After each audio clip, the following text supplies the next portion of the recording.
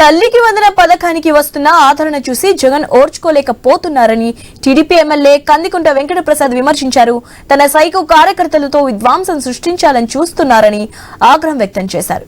గ్రామాల్లో తిరుగుతుంటే ప్రజలు హారతులు ఇస్తున్నారని అవి చూడాలని అనుకుంటే జగన్ను తీసుకెళ్తున్నామని చెప్పారు.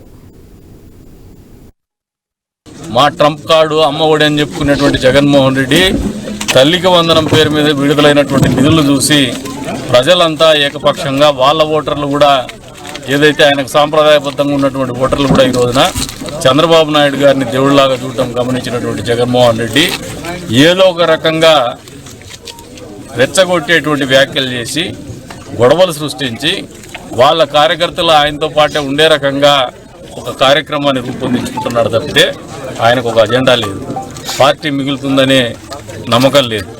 అందుకనే ఒక డెస్పరేట్ అటెంప్ట్ చివరి ప్రయత్నం మొదలుపెట్టాడు. సందర్శన పోతానని ప్రజల్లోకి పోతానంటాడు, జనాలను ఆయన దొరుకుంటాడు, రెచ్చగొట్టే వ్యాఖ్యలు చేస్తాడు, కక్షపూరితమైనటువంటి వ్యాఖ్యానాలు చేయిస్తాడు ఆయన సైకో ఫ్యాన్స్తో. తద్వారా గొడవలు జరిగిన తర్వాత ఆ వర్గం తనతోనే ఉంటుందని ఒక టిపికల్ రాయలసీమ ఫ్యాక్షన్ యాటిట్యూడ్తోనే ఈయన ఈ కార్యక్రమాలు చేస్తున్నాడు. కానీ